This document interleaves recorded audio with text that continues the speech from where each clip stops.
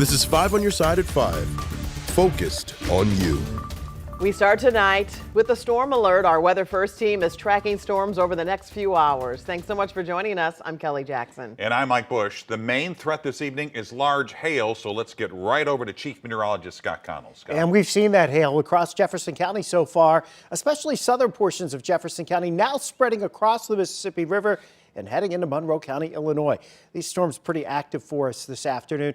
You're looking down into Arnold. Storms didn't make it into Arnold, but south on 55. Once you get past down towards Festus, down towards Highway M, you really start to pick up some of those more intense thunderstorms right now. Severe thunderstorm warnings in effect for southeastern portions of Jefferson County right now, stretching over and across the river into southern portions of Monroe County, Illinois.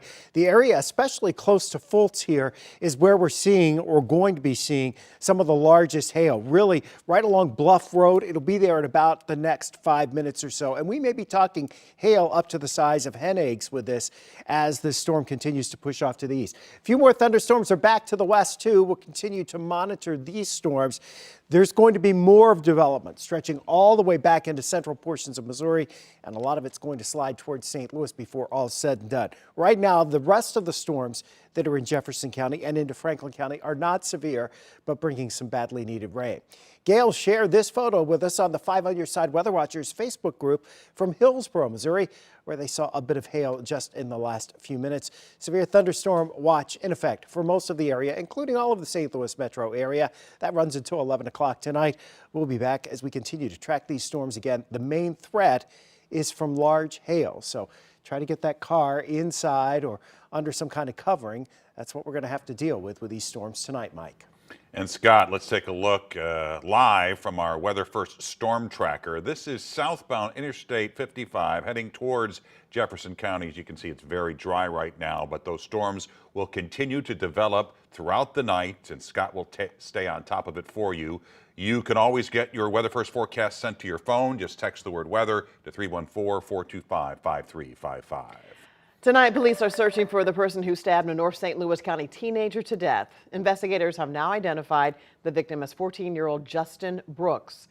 Neighbors tell us they believe the stabbing was in retaliation for a fight that happened the day before. 5 on Your Side's Diamond Palmer is live in Jennings with new information from people who knew Justin. Diamond. Well, Mike and Kelly, neighbors who knew Justin Brooks tell us that he was on the basketball team at Jennings Junior High School and had a younger brother. Tonight, police tell us they don't have any suspects in custody. This video you are seeing on your screen, we are blurring that due to the violent nature, but you can see teenagers from Jennings Junior High School fighting on Monday afternoon. Those neighbors say there was another fight Tuesday afternoon also on Horde Avenue. That's where St. Louis County Police found 14-year-old Justin Brooks with a stab wound. Justin was taken to the hospital where he later died.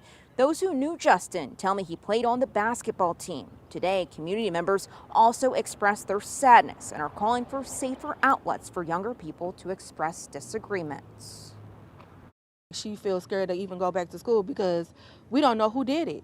So the person that did it can possibly be in that school, and you think, I want to send my child to a school where a murderer is at? No. Sometimes the way that they solve problems and the way that they behave is a product of what they're used to. But I want them to know that we, as the people who are from Jennings, as the elders in the community, we're here to hear. We're here to listen. We're here to support you. So that's my message to them, to know that they have a community that's a village. Now tonight, St. Louis County Police tell us that Jennings precinct officers conduct patrols at school dismissal, and they have been doing that since 2011, and they conduct extra ones when there's fights and disturbances. Investigators are still asking anyone with information this evening to call Crime Stoppers at 866-371-TIPS. Reporting live in Jennings, Diamond Palmer, 5 on Your Side. And we learned new information today about a teenager who was critically injured following a fight near Hazelwood East High School. The family says the 16-year-old girl may have permanent brain damage after another girl slammed her head into the ground several times. Justina Cornell is in the newsroom with the latest on her condition. Justina. Mike and Kelly, 16-year-old Kaylee Gain is still in the hospital several days after that violent attack. This morning, I spoke with her grandpa on the phone, who says there are multiple fundraisers right now to help the family. Now, the online fundraiser appraisers say Kaylee Gain fractured her skull and has frontal lobe damage. She also has brain bleeding and swelling, and the family won't know the extent of that brain damage until she wakes up. This all happened Friday afternoon at the intersection of Norgate and Claudine Drives near Hazelwood East High School. The 15-year-old girl, who was seen in a social media post slamming Kaylee's head to the ground, is still being held in the juvenile court system. I learned today there will likely be a hearing in the next few weeks to decide if the 15-year-old will be tried as an adult. Also today, I spoke to Dr. Leslie Davis, a therapist who works with teens to prevent violence.